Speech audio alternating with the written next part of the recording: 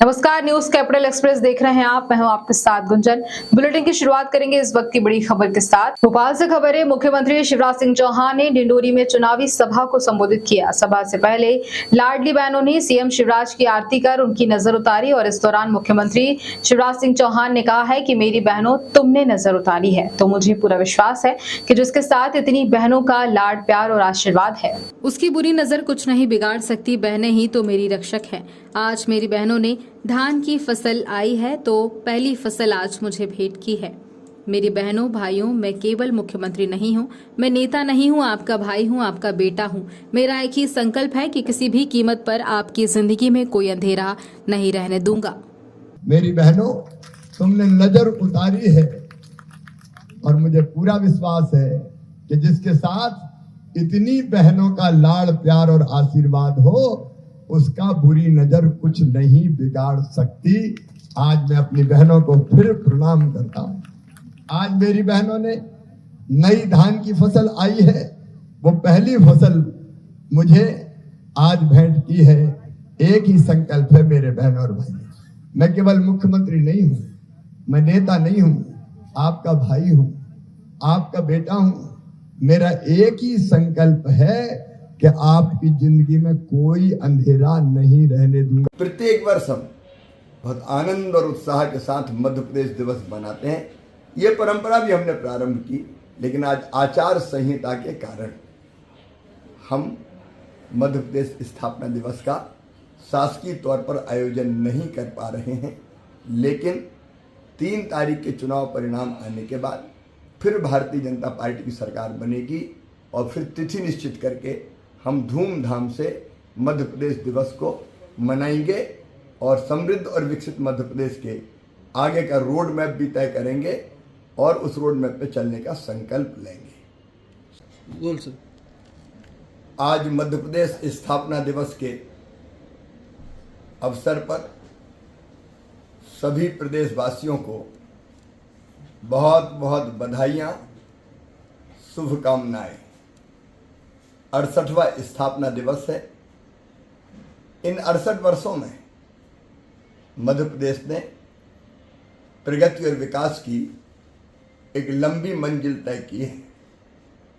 मुझे याद है 2003 में जब मध्य प्रदेश भारतीय जनता पार्टी की सरकार ने संभाला था, तब मध्य प्रदेश में प्रति व्यक्ति आय केवल 11,000 रुपया हुआ करती थी।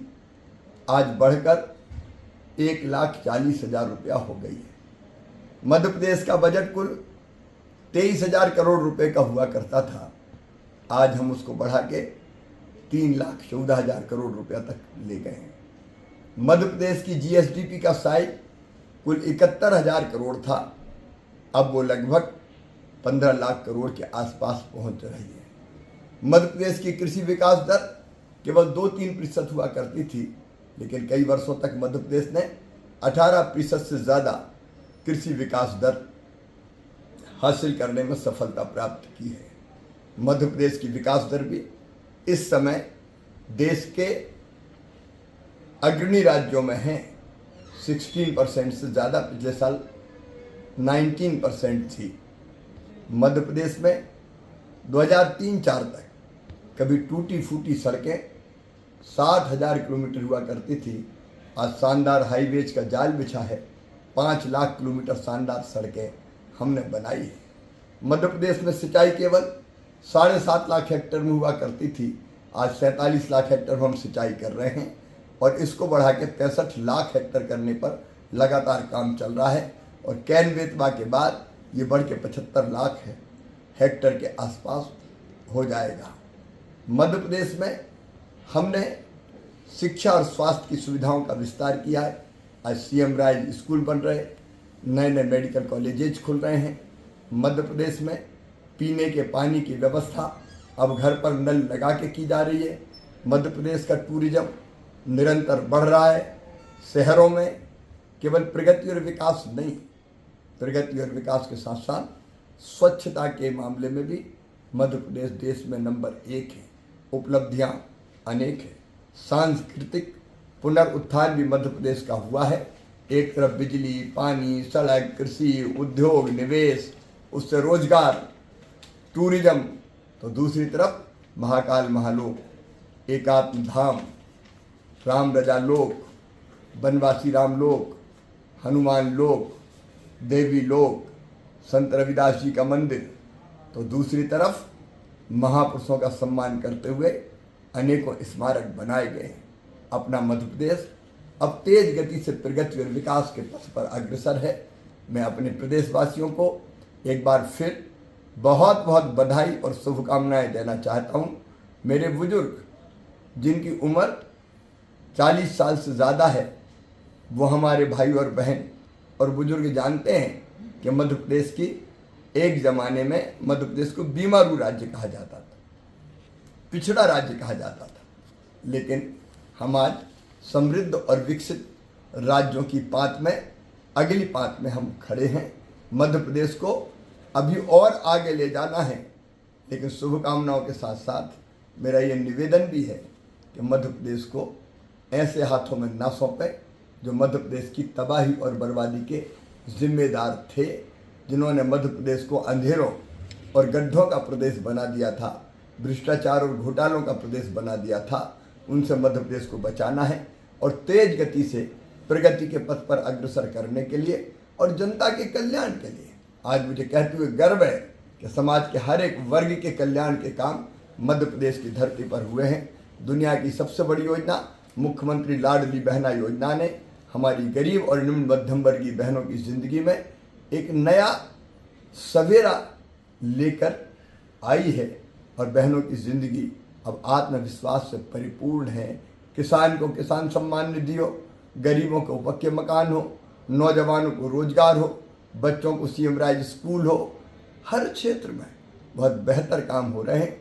इन कामों को आगे बढ़ाने के लिए मध्य प्रदेश में फिर भारतीय जनता पार्टी को आशीर्वाद दें, ये निवेदन भी मैं करता हूँ। एक बार फिर मध्य प्रदेश की स्थापना दिवस पर बहुत बहुत शुभकामनाएं, बधाइयाँ। मेरा ये निवेदन भी है कि मध्य प्रदेश को ऐसे हाथों में ना सौंपें जो मध्य प्रदेश की तबाही और बर्बादी के जिम्मेदार थे, जिन्होंने मध्य प्रदेश को अंधेरों और गड्ढों का प्रदेश बना दिया था, भ्रष्टाचार और घोटालों का प्रदेश बना दिया था। उनसे मध्य प्रदेश को बचाना है और तेज गति से प्रगति के पथ पर अग्रसर करने के लिए और जनता के कल्याण के लिए आज मुझे कहते हुए गर्व है कि समाज के हर एक वर्ग के कल्याण के काम मध्य प्रदेश की धरती पर हुए हैं। दुनिया की सबसे बड़ी योजना मुख्यमंत्री लाडली बहना योजना ने हमारी गरीब और निम्न मध्यम वर्गीय बहनों की जिंदगी में एक नया सवेरा लेकर आई है और बहनों की जिंदगी अब आत्मविश्वास से परिपूर्ण है। किसान को किसान सम्मान निधि हो, गरीबों को पक्के मकान हो, नौजवानों को रोजगार हो, बच्चों को सीएम राइज स्कूल हो, हर क्षेत्र में बहुत बेहतर काम हो रहे हैं। इन कामों को आगे बढ़ाने के लिए मध्य प्रदेश में फिर भारतीय जनता पार्टी को आशीर्वाद दें, ये निवेदन भी मैं करता हूँ। एक बार फिर मध्य प्रदेश की स्थापना दिवस पर बहुत बहुत शुभकामनाएं, बधाइयाँ। बीजेपी प्रदेश अध्यक्ष बी डी शर्मा ने बड़ा बयान दिया। घोषणा पत्र की तैयारी पूरी हो चुकी है, जल्द जारी होगा घोषणा पत्र। वहीं घोषणा पत्र में रखा जाएगा सबका ख्याल। मध्य प्रदेश ऑन रिकॉर्ड बीमारू राज्य था। पूरे देश में ऑन रिकॉर्ड बीमारू राज्य कहा था। मध्य प्रदेश को देश का नंबर 1 राज्य बनाने का संकल्प है। सशक्त, सक्षम और स्वर्णिम मध्य प्रदेश में हुए कामों के आधार पर मध्य प्रदेश पीएम के मन में है। स्वच्छता की बात हो या कृषि की बात हो, टाइगर स्टेट, लाडली बहना योजना, हर स्थान पर मध्य प्रदेश नंबर 1 है। वहीं जय बीरू घोषित चोर थे, बी डी शर्मा ने कहा है। आगे कहा है कि आपको पसंद है कि आप चोर हैं, तो मध्य प्रदेश की जनता भी भली भांति जानती है। पैसे कमलनाथ और दिग्विजय सिंह को पार्टी ने सही पहचाना है। खरगोन मामले में उन्होंने कहा कि कांग्रेस का हाथ आतंकवाद के साथ खुलेआम धमकी दे रहे हैं। वहीं राम मंदिर के पोस्टर पर आपत्ति है, लेकिन हमास को श्रद्धांजलि दी जा रही है। अब कांग्रेस बताए कांग्रेस किसके साथ है। नकुल नाथ के बयान पर कहा कि तिथि मध्य प्रदेश की जनता जानती है कि मुख्यमंत्री कौन बनेगा। अब कमलनाथ का बेटा की चिंता है और बेटा को कमलनाथ की चिंता है।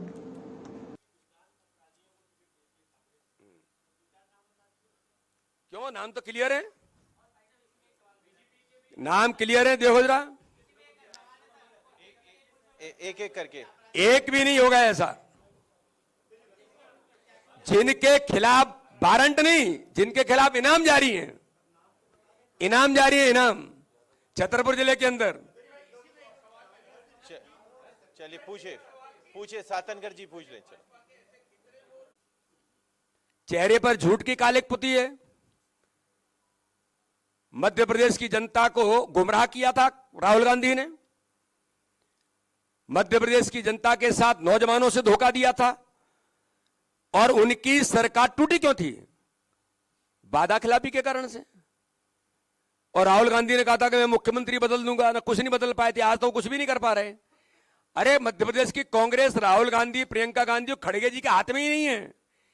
जब टिकट कमलनाथ का बेटा बांट रहा है, और ये आपको भी ध्यान में है कि जो कहा वही टिकट गए, यानी कांग्रेस नहीं चल रही है यहां तो कमलनाथ कांग्रेस, दिग्विजय सिंह कांग्रेस, कुछ दिनों बाद नकुलनाथ कांग्रेस, कुछ दिनों बाद कौन से हैं वो, जयवर्धन कांग्रेस। कांग्रेस के हालात ये हैं, कांग्रेस पूरी तरीके से टूट फूट की दुकान है। और अंदर कुछ दिखते हैं, बाहर कुछ दिखते हैं।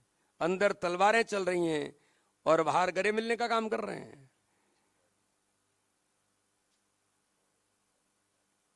मध्य प्रदेश स्वच्छता के क्षेत्र में माननीय प्रधानमंत्री मोदी जी ने भारत को स्वच्छ बनाने का अभियान देश के अंदर लिया। आज हमें गर्व है कि लगातार 6वीं बार इंदौर के अंदर स्वच्छता के अभियान में मध्य प्रदेश लगातार 6वीं बार आता है।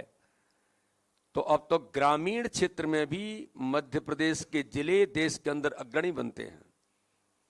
तो भारतीय जनता पार्टी की मध्य प्रदेश की सरकार माननीय शिवराज सिंह चौहान के नेतृत्व में प्रधानमंत्री मोदी जी ने जो काम इस देश के अंदर जिन अभियानों को लिया, जिन योजनाओं को लिया, उनमें मध्य प्रदेश लगातार 1 नंबर पर बढ़ता चला जा रहा है।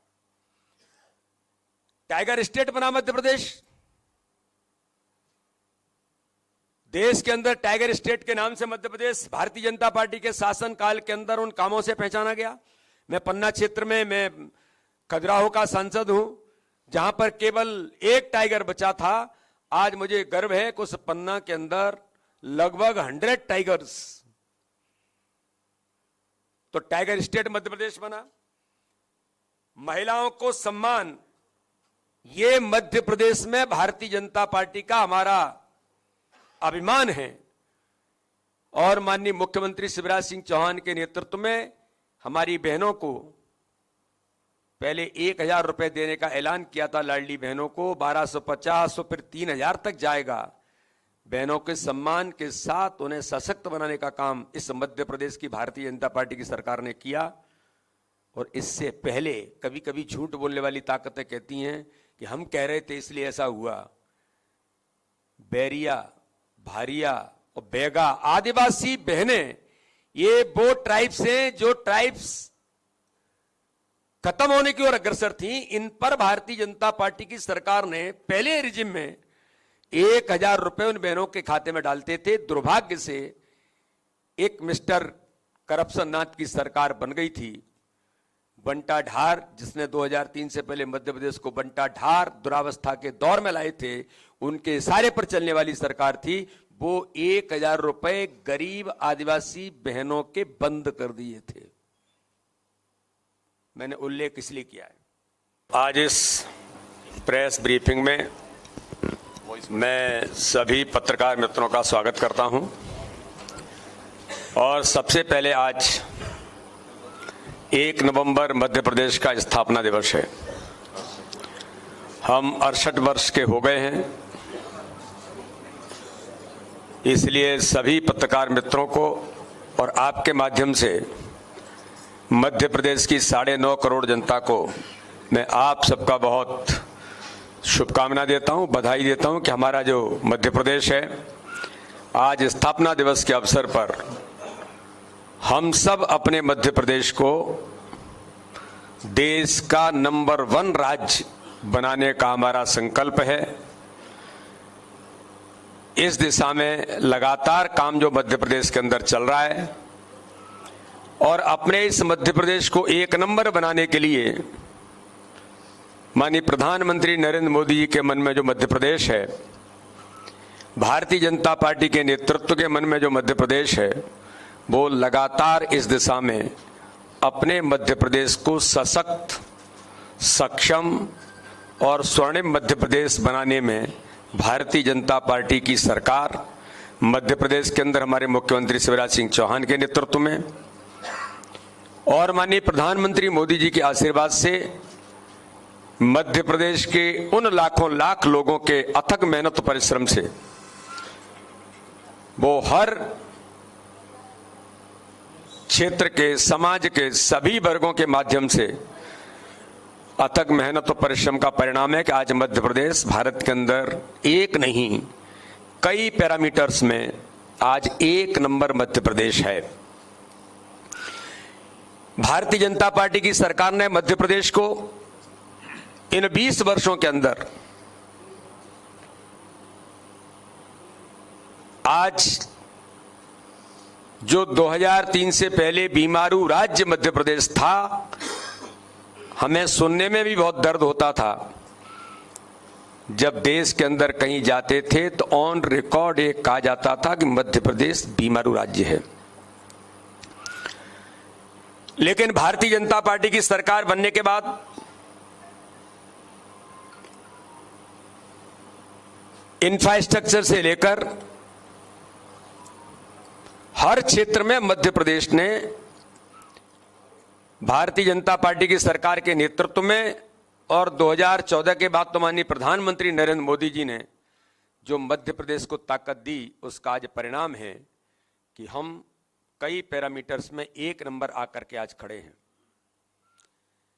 पहले कहा जाता था कि पंजाब देश के अंदर कृषि के क्षेत्र में बहुत आगे है, लेकिन मुझे आज मीडिया के मित्रों को और मध्य प्रदेश के किसानों को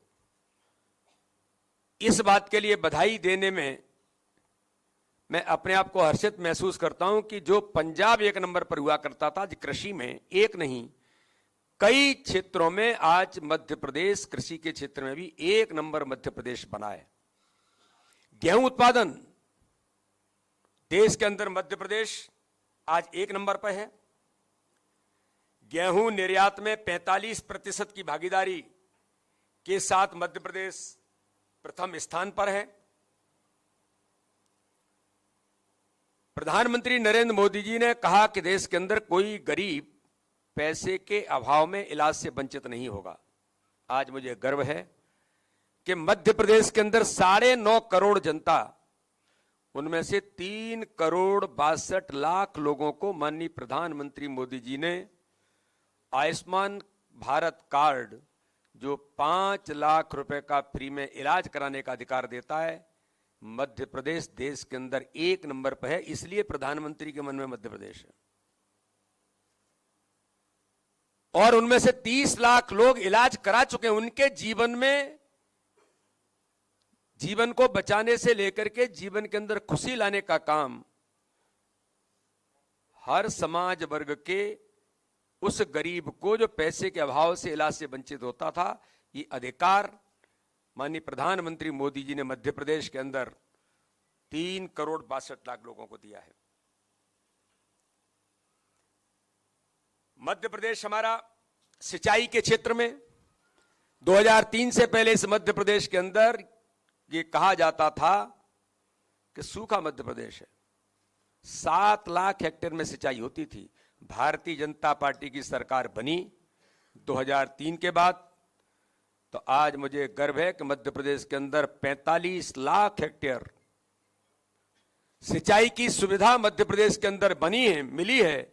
तो वहीं कैन बेतवा लिंक परियोजना में माननीय प्रधानमंत्री मोदी जी ने 44,560 करोड़ रुपए का बजट का प्रावधान बजट के अंदर करके जो बुंदेलखंड भी सूखा कहा जाता था, अब वो हरा भरा बुंदेलखंड बनेगा और समृद्धशाली बुंदेलखंड बनेगा। लगभग 9 लाख हेक्टेयर से ऊपर सिंचाई और वहां होगी।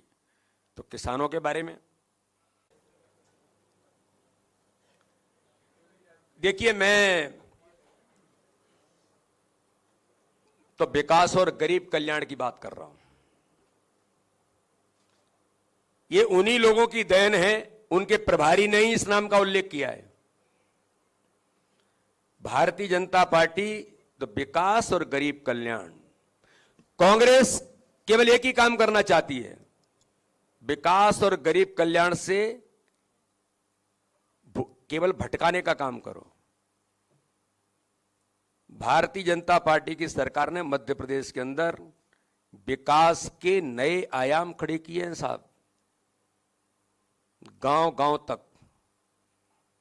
आज यहां से व्यक्ति फ्लाइट से जाना पसंद नहीं करता जबलपुर के लिए, 3 घंटे के अंदर जबलपुर पहुंचता है सरपट दौड़ते हुए। अगर सिंगरौली जाना है तो सिंगरौली जाने के लिए अब उसको चिंता नहीं होती है, गाड़ी उठाता निकल पड़ता है। भोपाल के अंदर रात को 2 बजे मेरी बहनें घूम सकती हैं, सुरक्षित मध्य प्रदेश है। जो दुरावस्था का दौर कैसा था, गुंडिज्म कैसा था 2003 से पहले, और 15 महीने में फिर शुरू कर दिया था। तो मेरा यह कहना है कि ये केवल कांग्रेस इस प्रकार की राजनीति करना चाहती है। लेकिन जयवीरू के बारे में भी मैं कहना चाहता हूं, वो क्या थे? घोषित चोर थे। अगर इनमें श्रीमान कमलनाथ जी को, जो मिस्टर करप्शन नाथ की भूमिका में, और श्रीमान बंटा ढार जिन्होंने मध्य प्रदेश को दुरावस्था के दौर में लाए थे, अगर उन्हें यह पसंद है कि हम चोर हैं, तो मध्य प्रदेश की जनता आपको बेहतर जानती है आप क्या हैं। जबलपुर में देर रात भाजपा नेता के भाई की गोली मारकर हत्या कर दी गई घटना गोरखपुर थाना के गुरुद्वारा के पास की है, जहां पर आरोपियों ने मृतक संजू मिश्रा को फोन करके घर के बाहर बुलाया और जैसे ही वह घर से बाहर निकले तभी अंधेरे में उन पर फायरिंग कर दी गई। इस घटना में मृतक संजू मिश्रा के पीठ पर गोली लगी, जिसके बाद आनंद फलन में परिवार वाले उन्हें इलाज के लिए पहले एक निजी अस्पताल ले गए, जहां उनकी हालत नाजुक होने के चलते मेडिकल कॉलेज रेफर कर दिया गया। वहीं बुधवार की सुबह करीब 3 बजे इलाज के दौरान संजू मिश्रा की मौत हो गई। जानकारी के मुताबिक संजू मिश्रा के भाई नरेश मिश्रा भाजपा के सक्रिय कार्यकर्ता हैं। इसके अलावा संजू मिश्रा भी ग्राहक पंचायत सेवा के सचिव थे। फायरिंग की जानकारी मिलते ही अतिरिक्त पुलिस अधीक्षक प्रियंका शुक्ला के साथ गोरखपुर थाना पुलिस भी मौके पर पहुंच गई है और आसपास लगे सीसीटीवी फुटेज खंगाले। मृतक के परिवारजनों का कहना है कि संजू मिश्रा का कुछ लोगों से प्रॉपर्टी को लेकर विवाद चल रहा था। इससे पहले भी उन्हें कई मर्तबा धमकी दी गई थी।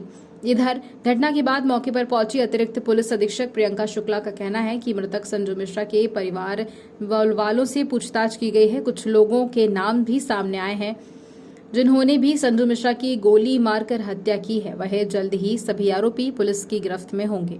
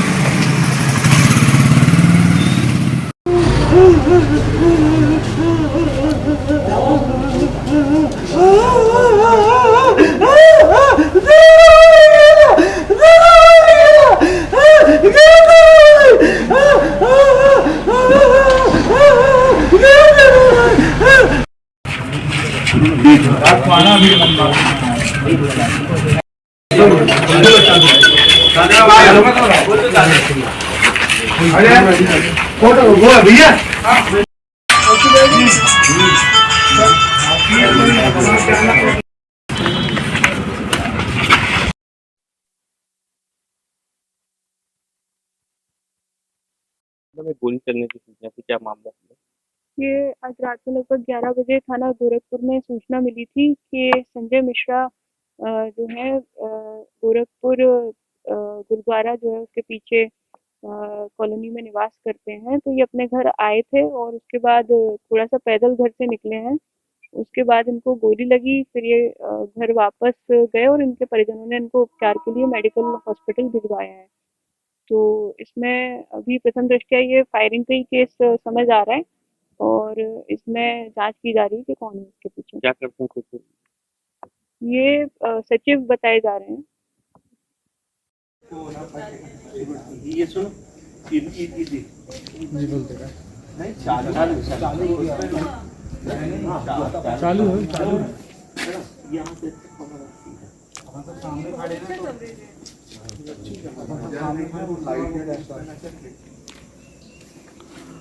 मुझे कारण हुआ है उसमें इलाज के दौरान मौत हुई है। क्या कुछ घटना के दौरान क्या जांच है?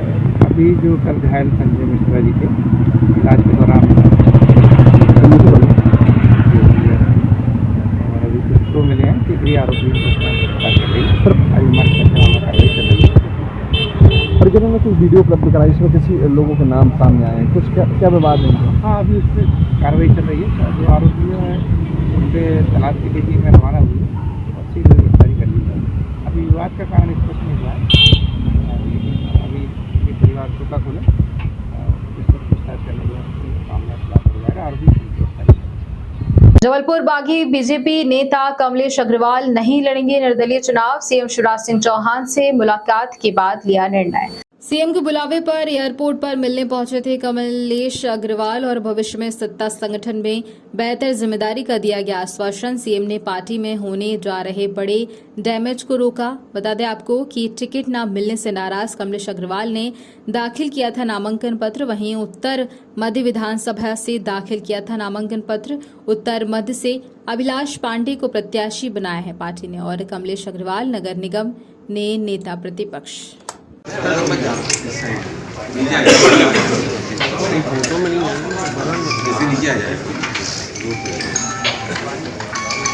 करेंगे और कमलेश जी अपने साथियों के साथ आज मेरे साथ हैं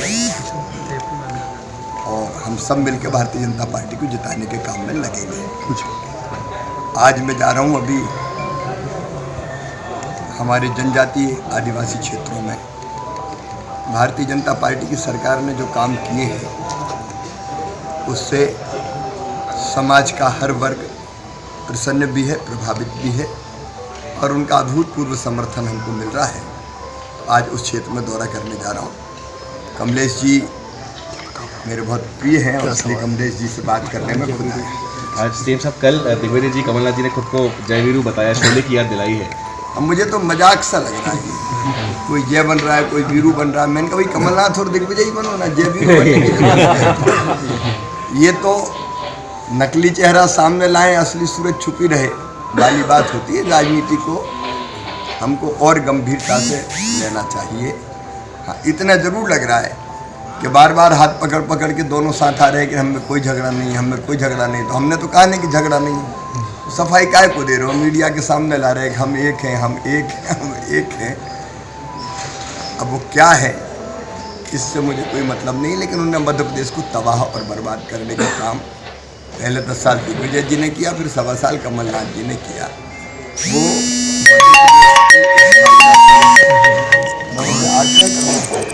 भाजपा के भीतर बने असंतोष में संगठन ने नगर अध्यक्ष को मना लिया है और नगर अध्यक्ष प्रभात साहू के पद से इस्तीफे को नामंजूर कर दिया गया है। वहीं प्रदेश संगठन ने प्रभात साहू को यथावत पद पर बने रहने के निर्देश देते हुए शहर की चारों विधानसभा सीट पर जीत दिलाने की जिम्मेदारी दी है। नगर अध्यक्ष प्रभात साहू ने भी संगठन के निर्देश पर दोबारा काम सुचारू रूप से प्रारंभ कर दिया है। बता दें कि एक दिन पहले रविवार को ही भाजपा नगर अध्यक्ष प्रभात साहू ने पद से इस्तीफा देने का ऐलान किया था। उन्होंने इस संबंध में अपना इस्तीफा प्रदेश अध्यक्ष बी डी शर्मा को भी भेजा था। सोमवार को इस मामले में संगठन ने अपना फैसला सुना दिया। सूत्रों का कहना है कि प्रदेश अध्यक्ष ने इस्तीफा देने के मामले में प्रभात साहू से संपर्क किया गया। उन्हें विधानसभा चुनाव के बीच संगठन की कमान संभालने को कहा गया है। इस मामले में राष्ट्रीय स्तर पर संगठन के नेताओं ने बात की और प्रभात साहू को समझाया, जिसके बाद प्रभात साहू ने पद पर बने रहने के लिए सहमति देते हुए अपना कार्य प्रारंभ कर दिया है। प्रभात साहू ने पद से इस्तीफा देने की बात पर कहा कि संगठन ने इस्तीफा नामंजूर कर दिया है और जिसके बाद उन्हें चारों विधानसभा सीटों के लिए काम करने के निर्देश दिए हैं, जिसके बाद संगठन के निर्देश के अनुरूप कार्य कर रहा हूं। जांच में नहीं मिला कुछ। दरअसल भाजपा संगठन से प्रभात साहू ने 21 अक्टूबर के घटनाक्रम पर जांच करवाने की मांग की थी। टिकट वितरण से नाराज होकर कुछ कार्यकर्ताओं ने संभागीय कार्यालय में हंगामा किया था। इस दौरान तोड़फोड़ और मारपीट हुई थी, जिसके बाद प्रभात साहू ने कहा है कि उनके ऊपर हंगामा करवाने का आरोप था, जबकि जिन्होंने हंगामा करवाया था उनसे केंद्रीय गृह मंत्री के साथ बातचीत करवाई गई थी। पूरे मामले में संगठन ने प्रभात साहू को आश्वस्त किया है कि उनका हंगामे से जुड़े विवाद में कोई भी हाथ नहीं है। इसकी पुष्टि हो चुकी है। इधर सोमवार को भाजपा नगर अध्यक्ष प्रभात साहू सामान्य रूप से कार्यालय पहुंचे और कार्यकर्ताओं के साथ चुनावी समीकरणों को लेकर चर्चा करते दिखे।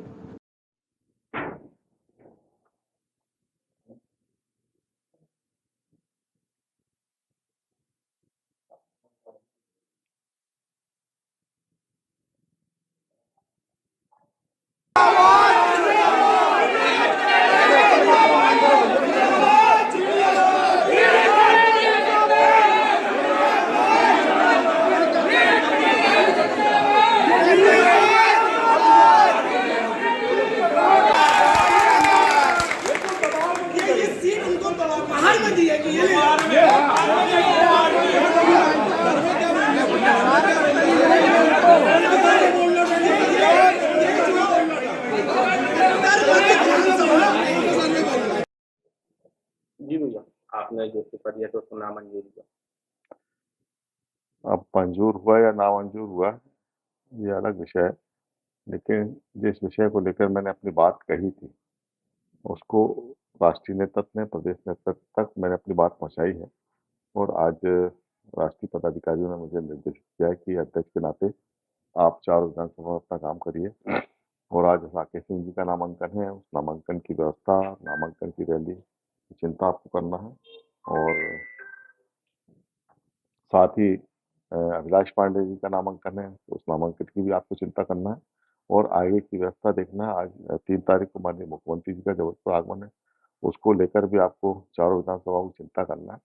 तो पार्टी के उस निर्देश को पालन करते हुए आज दोनों जगह नामांकन पर मैं रहा। माननीय राकेश सिंह जी का नामांकन भी भरवाया, उनके साथ रैली में भी रहा करीब 2.5 घंटे। अभिलाष पांडे जी का नामांकन भरवाया, उनके साथ भी रहा मैं। और अभी हमारी बैठक है जिसमें हमारा ये तय होगा कि माननीय 3 तारीख को जो मुख्यमंत्री जी का आगमन है तो 4 विधानसभा का कार्यक्रम होना है। किस तरह से होगा, कैसे होगा, संरचना बनेगी।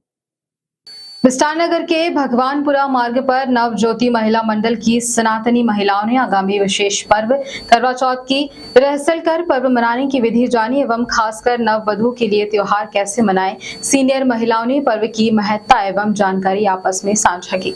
करवा चौथ पर्व महिलाओं का विशेष पर्व होने से हर सुहागनी महिला जो व्रतधारी है उनकी तैयारियां चल रही हैं। टिकी, बिंदिया, रोली, 16 श्रृंगार के साजो सामान जुटा रही हैं। मंगलवार को करवे सजाए गए। बुधवार को पति की दीर्घायु, अखंड सौभाग्य व समृद्धि के लिए महिलाएं करवा चौथ का व्रत करेंगी और चौथ के चांद का चालनी में दीदार कर अपने वर से जल ग्रहण कर व्रत खोलेंगी। वहीं नाई दादी की बाड़ी स्थित महादेव मंदिर के पास बगीचे में सुमधुर भजनों से माता पार्वती व महादेव की महिमा भी गाई गई, पर्व की महत्ता बताई। वहीं मंडल सदस्यों ने एक दूसरे को दशहरा मिलन कर पर्व की बधाई भी दी।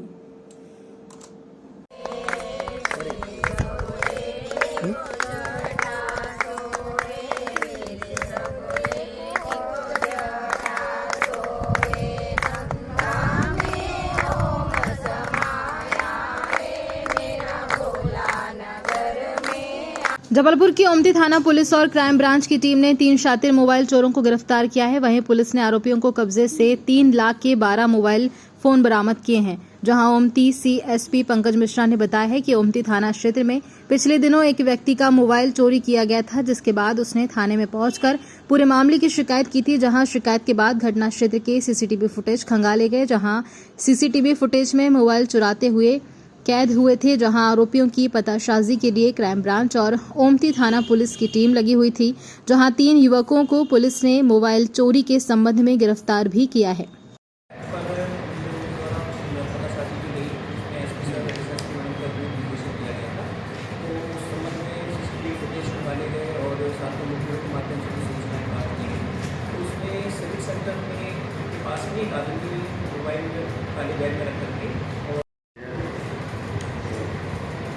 तारीख को दशहरे के दिन जब दीपत्ति पे जुलूस चल रहा था, उस दौरान एक व्यक्ति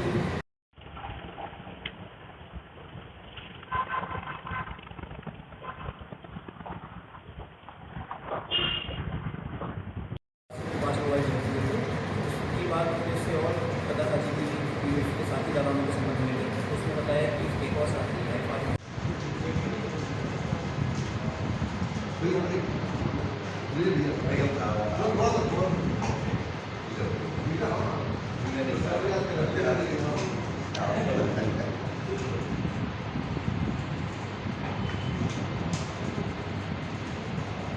पाँच अलग हम आगे कार्रवाई करेंगे।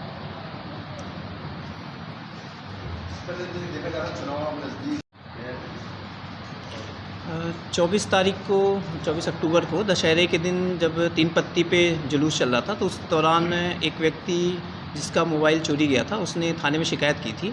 तो उसकी शिकायत पर हम लोगों के द्वारा पतासाजी की गई। उसमें SP sir, additional SP madam के भी निर्देशित किया गया था। तो उस संबंध में सीसीटीवी फुटेज खंगाले गए और साथ में मुखबिरों के माध्यम से भी सूचनाएं प्राप्त की गई। तो उसमें सिविक सेंटर में के पास में एक आदमी मोबाइल काले बैग में रख करके और सूचना मिली कि वो राहगीरों को सस्ते दामों में बेच रहा है। तो जाकर उससे पूछताछ की गई तो उसका नाम आमिर, उसने अपना नाम आमिर खान बतलाया और उसके पास से हमें 5 मोबाइल जब्त हुए थे। उसके बाद हमने उससे और पतासाजी की कि उसके साथी दारानों के संबंध में भी। तो उसने बताया कि उसके एक और साथी एफाज अंसारी हैं। तो जब उसका पता किया गया तो वो भी हनुमान ताल क्षेत्र का रहने वाला था और 5 मोबाइल उससे भी हमें जब्त हुए हैं, 4 मोबाइल अभी। और इनके एक और साथी दारान हैं सौरभ विश्वकर्मा, उससे भी जब पूछताछ की गई तो उसके पास से भी 10 मोबाइल अभी मिले थे। 10 में से 7 मोबाइल उसने अभी बेच दिए हैं, 3 मोबाइल हमें जब्त हुए हैं। तो उसके संबंध में अभी 2 थानों में FIR है और बाकी और मोबाइल के संबंध में हम लोग पूछताछ कर रहे हैं कि जिन जिन थानों में जहाँ भी मामले होंगे तो उनको भी सूचित किया जाएगा और इस पर विधिवत वैधानिक कार्रवाई करके और उन्हें कोर्ट में प्रस्तुत किया जाएगा।